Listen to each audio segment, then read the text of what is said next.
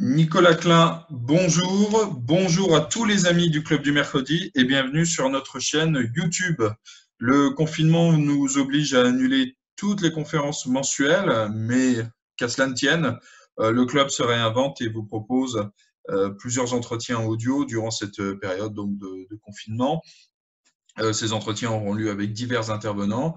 Et aujourd'hui, nous débutons cette série avec Nicolas Klein, donc, qui est la première personne à intervenir sous ce format sur notre chaîne YouTube. Aux abonnés et aux personnes qui vont nous écouter par avance, je présente mes excuses pour la qualité du son, pour la qualité de l'enregistrement. Tout cela est fait de façon brute. L'enregistrement qui va vous être livré ne va pas être retravaillé. Pourquoi? Parce que nous sommes dans l'urgence pour vous fournir du contenu actualisé, du contenu de qualité. Et vous comprenez bien que parler de la crise du coronavirus en Espagne et publier l'entretien dans un mois pour vous assurer d'avoir le meilleur son possible n'aurait pas de sens.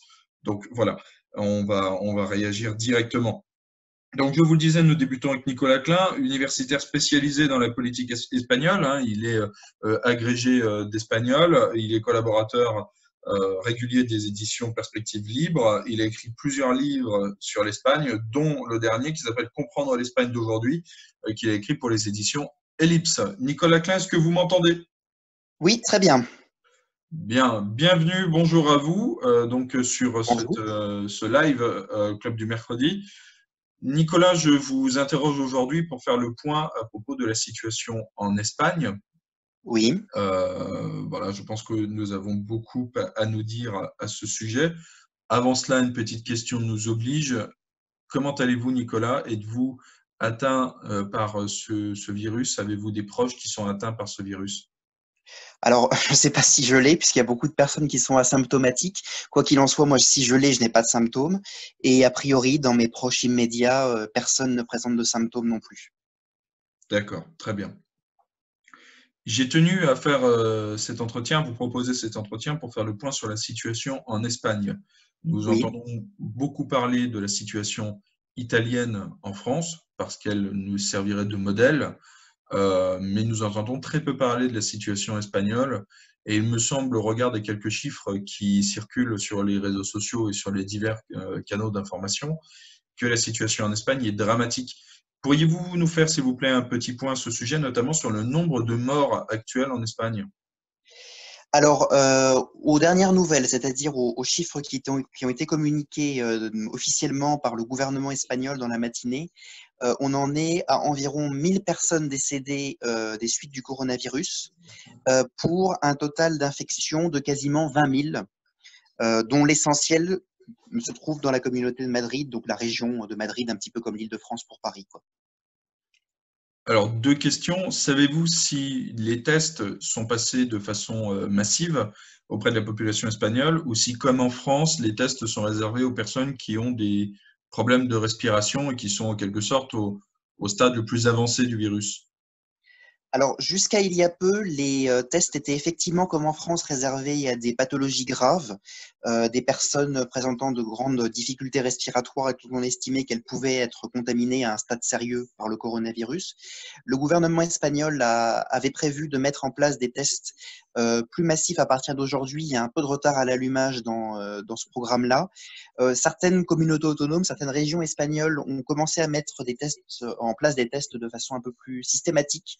Je pense notamment à la Galice, qui est au bord de l'océan Atlantique, dans le nord-ouest du pays, où maintenant on peut commencer à faire des tests en passant en voiture à proximité des urgences. Il y a des stands spécifiques où, sans sortir de sa voiture, en fait, des personnels soignants dûment équipés font passer des tests aux personnes qui le souhaitent.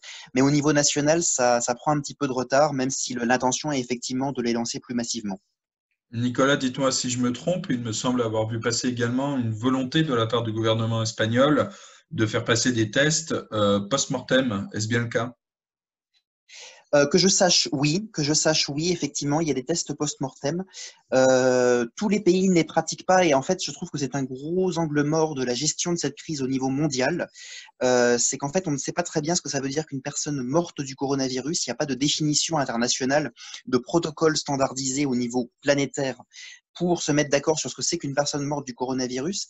Et de ce fait, je trouve les points de comparaison difficiles à établir entre les pays. Mais en tout cas, oui, en Espagne, de ce que j'ai compris, il y a des tests post-mortem. D'accord, donc les chiffres espagnols vont être intéressants à suivre du fait de leur fiabilité et du fait de leur quantité, puisque, comme vous l'avez dit, très peu de pays pratiquent ces tests post-mortem. Donc, il va être intéressant pour nous de regarder un petit peu l'évolution des chiffres en Espagne, voilà, qui vont Mhm. nous offrir un autre éclairage.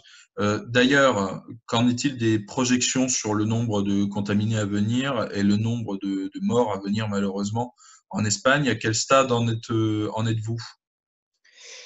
Alors, le gouvernement a dit, et c'est le plus probable effectivement, qu'on n'a pas encore atteint le pic d'épidémie en Espagne.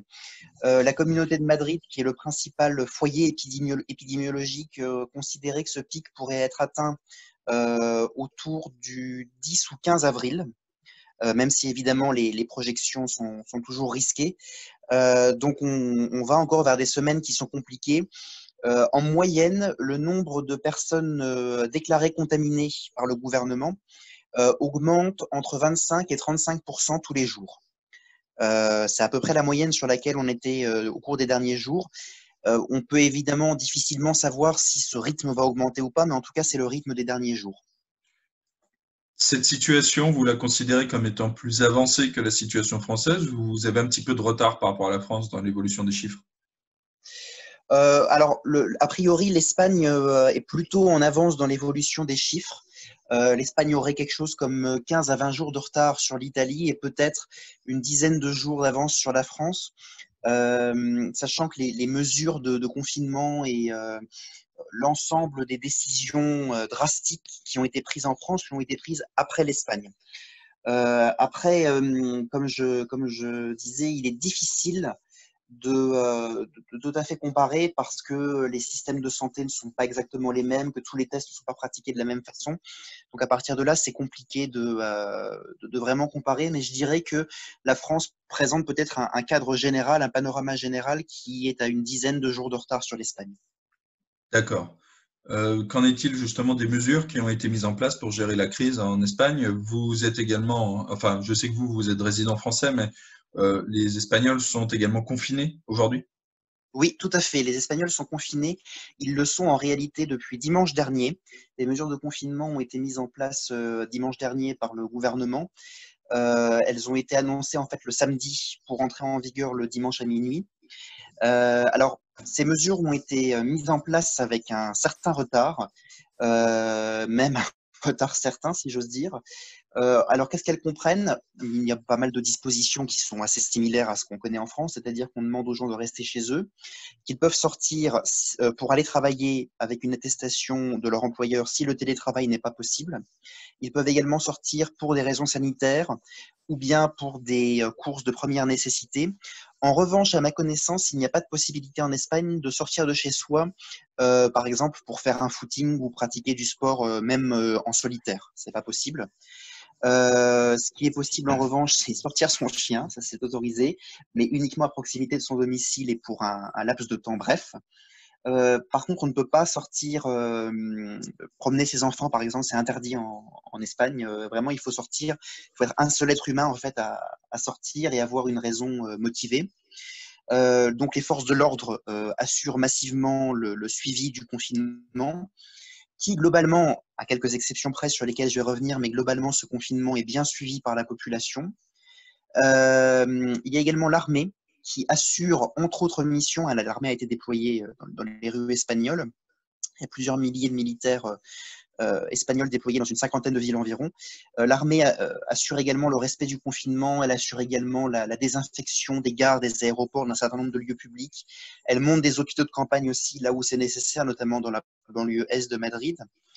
Et donc, il y a quelques exceptions malheureuses au non-respect du confinement depuis qu'il a été mis en œuvre, puisque depuis dimanche dernier, on a quand même vu un certain nombre de personnes venues notamment de l'agglomération de Barcelone et du Pays Basque chercher à passer le confinement en dehors des villes, un petit peu comme ce qu'on a vu à Paris avec la côte atlantique.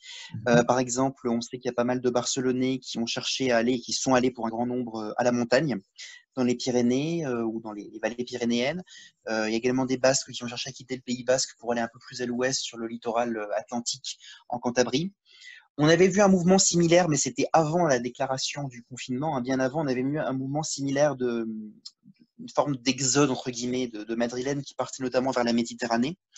Mais là, depuis qu'il y a le confinement, ça concerne pour l'essentiel, effectivement, l'agglomération de Barcelone et le Pays Basque. On va voir combien de temps le confinement va devoir durer. Je doute que ce soit pour l'Espagne ou pour la France, hein, qu'on en soit parti uniquement pour 2 semaines. Je pense que ça va durer un bon mois au moins. Ça va dépendre évidemment aussi de l'évolution des contaminations, de la contamination, de la dispersion du coronavirus. Mais pour le moment, les gens essaient de prendre ça avec philosophie et comprennent bien hein, la nécessité du confinement. Justement, quelle durée de confinement a été annoncée en Espagne? Alors, la durée de confinement, en fait, elle a été annoncée dans le cadre d'une disposition constitutionnelle, si je me souviens bien, c'est l'article 116 alinéa 2 de la Constitution espagnole, qui prévoit le déclenchement de ce qu'on appelle l'état d'alerte, qui n'est pas un état d'urgence, c'est légèrement différent dans le droit constitutionnel espagnol. L'état d'alerte, en fait, il peut être déclenché par le gouvernement pour une durée de 15 jours, indéfiniment prorogeable. Donc pour le moment, officiellement, c'est 15 jours, mais personne n'imagine que ça ne durera que 15 jours. Le gouvernement sera probablement amené à proroger assez rapidement cet état d'alerte. Et comment ce confinement est-il vécu en Espagne? Comment se comporte la population? Est-ce que les militaires, les forces de police qui sont voilà, en circulation et qui sont chargées de faire respecter ce confinement sont plus sévères que les forces de l'ordre françaises? Alors, les sanctions qu'encourent les contrevenants sont effectivement très sévères. Alors, comme en France, il y a eu une première journée dite pédagogique où on n'a pas verbalisé, on n'a pas sanctionné les gens s'ils ne respectaient pas. Et ensuite, à partir du lundi, effectivement, de ce lundi, les sanctions sont entrées en vigueur. Les sanctions, alors, il y a diverses sources, mais d'après ce que j'ai compris, les sanctions commencent à 600 € d'amende, peuvent aller jusqu'à 60 000 €.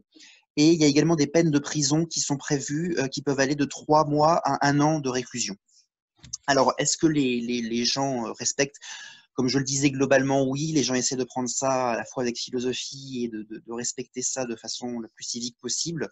C'est compliqué parce qu'effectivement, il y a des gens qui continuent à aller travailler, pas seulement les personnels sanitaires, hein, mais évidemment tous ceux qui assurent les commerces de première nécessité, les commerces alimentaires. Toute une série de personnes, de travailleurs qui doivent être sur le front, hein, des éboueurs, les forces de l'ordre, les militaires, bien entendu. On a assisté principalement dans l'agglomération de Barcelone à des problèmes ce lundi quand il a fallu mettre en place du coup, le transport de ces voyageurs, puisqu'effectivement, il y a eu des agglomérations dans le métro, dans les trains de banlieue. Dans la communauté de Madrid, ça semble un petit peu mieux circuler et un petit peu mieux se dérouler. Il faut dire aussi que la communauté de Madrid, la région, a pris des dispositions, y compris dans le domaine du transport, pour faire en sorte que ça se passe le mieux possible. Mais globalement, il y a des exceptions, globalement, c'est plutôt respecté. J'ai lu un article intéressant aujourd'hui qui montrait que depuis la déclaration du confinement, euh, le nombre de délits officiellement enregistrés par les forces de l'ordre avait chuté de 50%, de moitié. Donc, je trouve que c'est un bon indicateur parmi d'autres qui montre que c'est quand même bien respecté. D'accord, bon, très bien. Ravi de savoir que la population espagnole fait le nécessaire pour que ça se passe bien de votre côté. Euh, vous avez parlé plusieurs fois du cas de Madrid, Oui, disant que la plupart des cas se regroupaient là-bas. oui. Comment expliquez-vous cette différence, justement? Comment se fait-il que Madrid concentre une bonne partie des cas espagnols? Alors, pour le moment, il est vrai, enfin, on n'a pas encore, me semble-t-il, le patient zéro de Madrid, ou en tout cas, il n'est pas forcément identifié. On suppose que c'est parti d'une réunion, d'un rassemblement à la fin du mois de février, Dans la banlieue est de Madrid, du côté de Torrejón de Ardoz, qui est une ville de la banlieue où il y a notamment une base aérienne importante. Il semblerait que ce soit une réunion, alors on ne sait pas encore très bien si c'est une réunion familiale ou une réunion de type religieux. Certaines pistes montrent que ça pourrait être un rassemblement évangélique, comme ce qu'on a observé en Corée du Sud aussi, et comme ce qu'on a observé À Mulhouse, chez nous. du côté du Haut-Rhin. Alors, comment expliquer que la situation soit plus dramatique à Madrid qu'ailleurs? D'abord, c'est une agglomération de population importante. Hein. L'aire urbaine de Madrid, c'est à peu près 6,5 millions d'habitants. Donc, ça peut l'expliquer évidemment. Ce n'est pas le seul facteur, mais c'est un facteur à prendre en compte. Aussi parce que Madrid est la porte d'entrée de l'Espagne par les airs, que c'est le poumon économique de l'Espagne, le principal poumon économique, même avant la Catalogne. Donc, c'est une région qui draine une population extrêmement importante de résidents, d'étudiants qui ne sont pas originaires de Madrid, mais qui suivent leur cursus dans des universités madrilènes, de travailleurs aussi qui, pour diverses raisons, sont amenés à se déplacer temporairement ou plus longuement sur la région de Madrid. Donc, il y a une série de facteurs, plus la réunion initiale où on a le patient zéro. Il faudrait voir aussi, et ça, je n'ai pas d'informations à ce sujet, il faudrait voir aussi quelle est l'origine du patient zéro. En d'autres termes, est-ce qu'il avait été, par exemple, en Chine ou en Italie? Sachant que le gouvernement espagnol a mis du temps à restreindre les communications avec ces deux pays. Il semblerait, on s'oriente plutôt vers quelqu'un qui serait allé en Italie, mais là, j'ai pas de certitude non plus. Nicolas, ne faisons pas de discrimination, ne pointons du doigt personne. Vous savez bien, comme on a dit plusieurs fois en France, que le virus n'avait pas de passeport. Et donc, qu'importe les déplacements de population, ça ne change rien. Vous savez qu'en Italie, c'est notamment un couple de touristes venus de Wuhan qui a apporté le virus. Hein. Le patient zéro a été découvert en Italie. D'accord. Comment est-ce géré en Espagne au niveau du système de santé? Est-ce que vous affrontez la même crise sanitaire, la même crise de moyens qu'en France?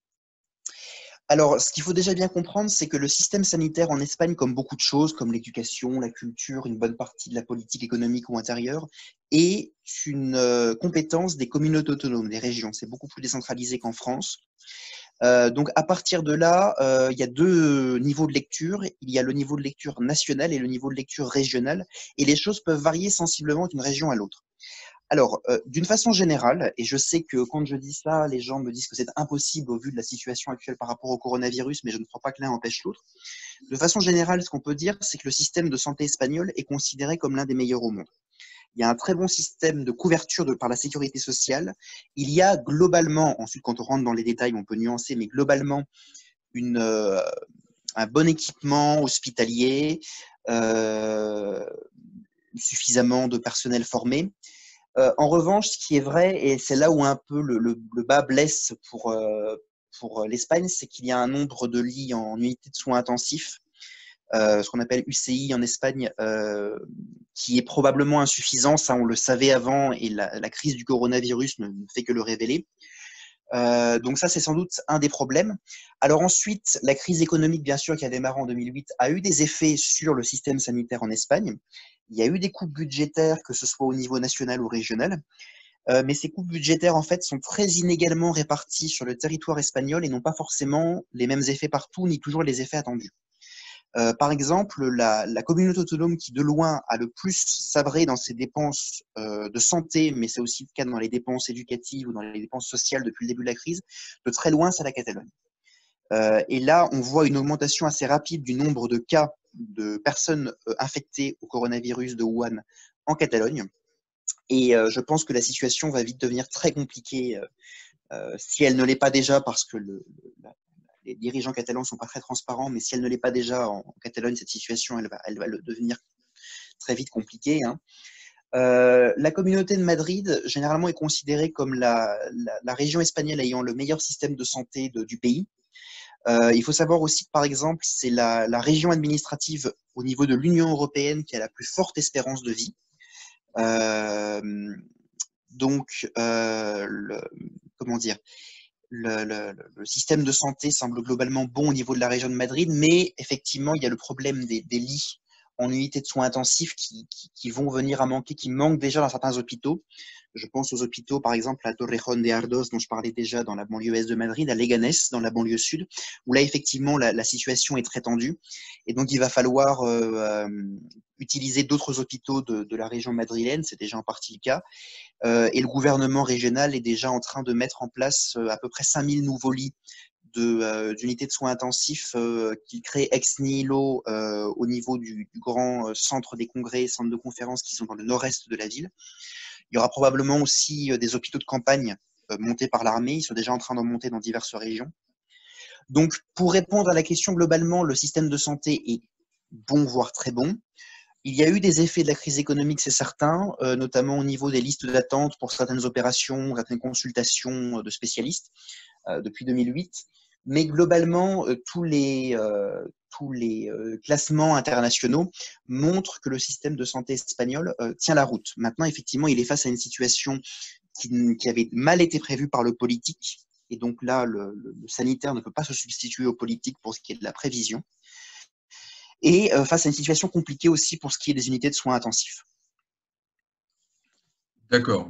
Beaucoup en Italie et en France actuellement commencent à faire le procès, non pas uniquement de leur gouvernement respectif, bien qu'il y ait aussi voilà, beaucoup à dire à ce sujet, mais également de l'Union européenne et de l'action de l'Union européenne sur leur politique sanitaire. Est-ce que en Espagne, la méfiance vis-à-vis de l'Union européenne et comment ça évolue tout ça? Est-ce que cette crise a un impact sur le rapport des Espagnols avec l'Europe? Ça en a un, je pense que ça va continuer à en avoir un. On remarque qu'il y a un certain nombre d'articles de commentateurs plus ou moins influents qui disent où est l'Union européenne dans la coordination et la lutte contre ce problème. Les Espagnols ont bien vu aussi que certains voisins ne jouaient pas exactement le jeu comme l'Allemagne, qui fait de la rétention de matériel de première nécessité, notamment des équipements de protection individuelle comme les masques chirurgicaux.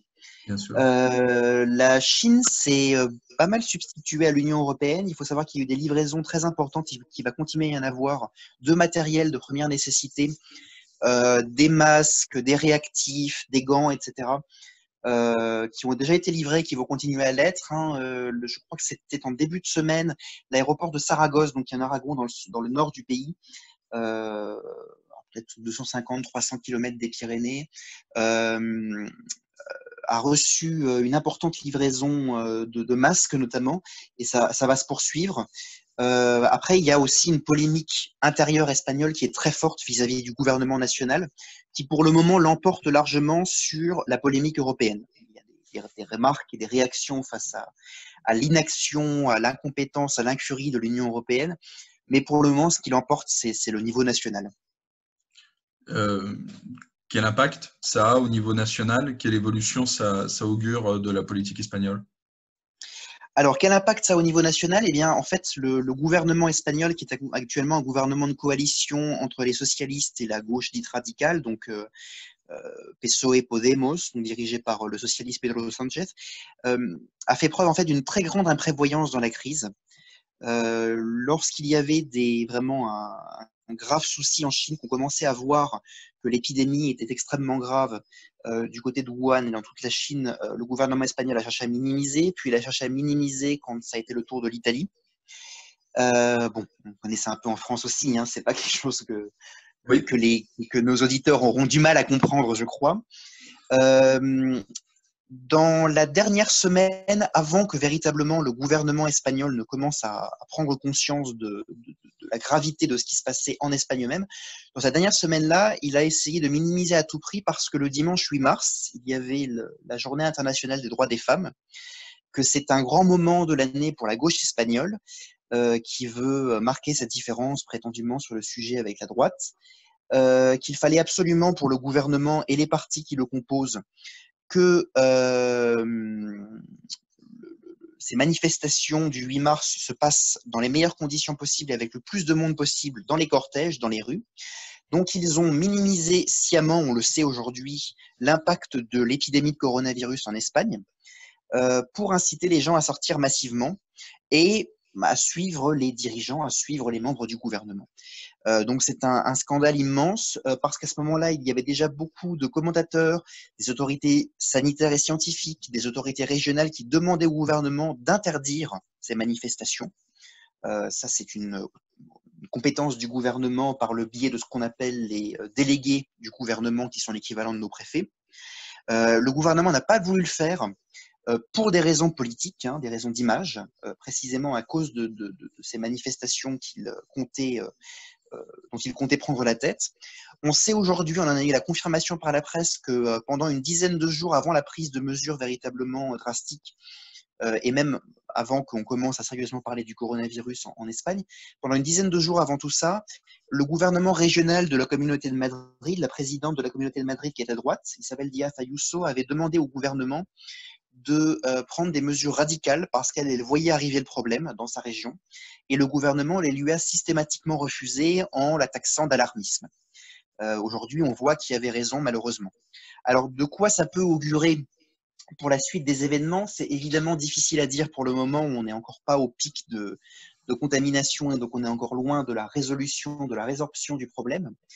On voit quand même que le gouvernement est sous un feu nourri de critiques. Alors évidemment, les secteurs qui soutiennent ce gouvernement et toute une partie des médias placés à gauche essayent de soutenir le gouvernement en expliquant que personne ne pouvait prévoir l'ampleur de l'épidémie de coronavirus en Espagne, ce qui n'est pas exact, hein. On a suffisamment d'avertissements de la part de divers commentateurs et diverses autorités, notamment sanitaires.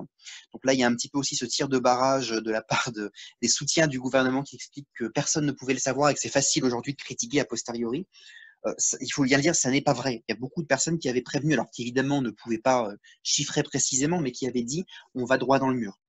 On a eu un premier sondage. Alors évidemment, les sondages dans l'absolu déjà valent ce qu'ils valent, et un sondage dans les circonstances actuelles, ça vaut ce que ça vaut, mais c'est quand même intéressant de le souligner. On a eu un premier sondage qui montre que le Parti socialiste, qui est le principal parti aujourd'hui au Parlement espagnol, à la fois à la Chambre basse et à la Chambre haute, à la Chambre basse, au Congrès des députés, perdrait une bonne vingtaine de sièges si les élections avaient lieu ce dimanche, et que le principal parti de droite espagnol, le Parti populaire, donc qui est un peu l'équivalent des Républicains pour la France, lui dépasserait de quelques sièges, dépasserait les socialistes, ce qui n'est pas arrivé depuis les élections, les dernières élections, celles de 2019. Évidemment, c'est à prendre avec toutes les précautions parce que ça reste des sondages et des circonstances extrêmement particulières, mais on imagine mal que ce qui se passe aujourd'hui et ce qui va continuer à se passer au vu de l'imprévoyance du gouvernement et de ses nombreux ratés aussi dans la gestion du problème, on imagine mal que ça puisse n'avoir aucune conséquence électorale et politique. Est-ce qu'une nouvelle force politique se détache du panorama, notamment le climat actuel peut être propice, on verra l'évolution dans les prochaines semaines, mais pourrait être propice à l'apparition d'une force populiste? Est-ce qu'on a déjà quelques indices en Espagne par rapport à ça? Alors, l'apparition, pour le moment, rien ne pointe de ce côté-là. Évidemment, comme je le disais, hein, c'est très difficile de prévoir à moyen et long terme que tout ça va donner. En revanche, il est évident que ça consolide, que ça renforce la droite qui est dans l'opposition aujourd'hui, en particulier le Parti populaire, aussi parce qu'il faut le dire, la gestion du Parti populaire qui gouverne aussi bien la région que la ville de Madrid est globalement tient la route. En tout cas, face aux difficultés qu'ils ont à affronter, aussi bien la présidente de la région, Isabel Díaz Ayuso, que le maire de Madrid, José Luis Martínez Almeida, qui sont tous les deux du Parti populaire, tiennent la route dans la gestion. C'est un peu la surprise du chef, y compris pour les partisans de la droite, parce que ce n'est pas forcément des personnalités ni très charismatiques, ni qui enthousiasmaient beaucoup la droite, les électeurs de droite au départ, et qui découvrent que c'est des gens qui ne sont pas de mauvais gestionnaires finalement dans une situation extrêmement compliquée, et qui en tout cas font ce qu'ils peuvent pour faire face à la situation. Donc le Parti populaire, a priori, et avec toutes les précautions, hein, bien sûr, qu'il faut prendre, pourrait en sortir renforcé. Dans le sondage que je citais, le parti de droite radicale ou d'extrême droite, Vox, reste à peu près au même étiage, avec 52-53 députés comme ils ont actuellement, c'est-à-dire la troisième force parlementaire, la troisième force politique du pays. Maintenant, on ne voit pas pour le moment, en tout cas, d'autres forces politiques surgir. Peut-être en surgira-t-il, ça c'est difficile à dire, d'autant que la politique espagnole Depuis 2015, c'est beaucoup accéléré. Mais pour le moment, on ne va pas surgir de nouveaux partis. En revanche, ça va consolider un pôle de droite. Ça paraît le plus probable, le plus logique. D'accord. Dernière question, Nicolas. Comment la situation en France et la gestion des autorités françaises est-elle perçue en Espagne? Est-ce qu'on parle voilà, de l'état de la France et est-ce qu'on regrette, comme on peut le voir en Italie, on regrette que la France réagisse peut-être trop tard et de façon trop modérée, trop légère? Alors, on en parle un petit peu effectivement dans les médias espagnols, ce qui a beaucoup surpris et choqué les Espagnols dont j'ai pu voir les réactions. C'est par exemple la tenue d'une manifestation des Gilets jaunes. Ouais. C'était samedi ou dimanche dernier, je crois. De voir aussi qu'il y a tellement de monde qui sort, qui va dans des marchés sans respecter les distances de sécurité qui sont recommandées par les autorités politiques et sanitaires. Ça interpelle beaucoup. Alors après, évidemment, les Espagnols savent bien que leurs dirigeants nationaux eux-mêmes n'ont pas réagi suffisamment tôt, donc évidemment, ils ne vont pas donner de leçons à la France de ce point de vue-là. Mais il y a effectivement une forme de surprise face à la réaction d'une partie de la population. Et puis aussi, beaucoup de gens ne comprennent pas que les élections municipales se soient tenues. Ça leur paraît incroyable que dans ces conditions, le premier tour des élections municipales ait pu être organisé en France, alors qu'on connaissait déjà la gravité de l'épidémie, qu'à ce moment-là, on avait déjà suspendu l'ensemble des cours dans tous les établissements scolaires de France, et qu'on avait deux pays frontaliers de la France, à savoir l'Italie et l'Espagne, qui étaient dans une situation très critique, très compliquée. Donc là, effectivement, ça a beaucoup interpellé, et pas pour le mieux, évidemment. D'accord. Nicolas, je vous remercie de nous avoir accordé cet entretien. Quelques précisions pour les personnes qui nous ont écoutés, donc qui arrivent au bout de l'entretien. Dans un premier temps, merci à vous d'être restés avec nous pour bah voilà, inaugurer cette première série d'entretiens avec des divers intervenants. J'espère que le son était bon. J'espère que vous trouverez satisfaction à l'écoute de cet entretien et que toutes les informations précieuses données par Nicolas Klein, bah voilà, vous sauront vous renseigner sur la situation en Espagne. Je vous informe que nous avons publié hier, donc en date du 19 mars 2020, la vidéo de la conférence commune Pierre-Yves Rougeron, Adrien Bozzi, tenue au Club du Mercredi au mois de février. Certains propos sont maintenant un petit peu datés, notamment les propos concernant le coronavirus, puisque nous étions à l'époque début février, donc nous n'avions pas, au moment d'aborder cette question, suffisamment d'informations pour tenir des propos aussi graves que ceux que nous pourrions tenir aujourd'hui.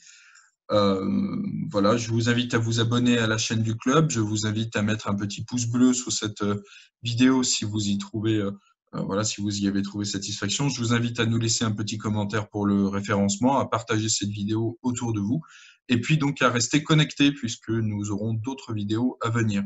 Nicolas, je vous remercie à nouveau, et puis peut-être à bientôt en fonction de l'évolution des événements. Nous aurons peut-être à dialoguer à nouveau d'ici quelques jours. Voilà. Très bien, au revoir. Au revoir.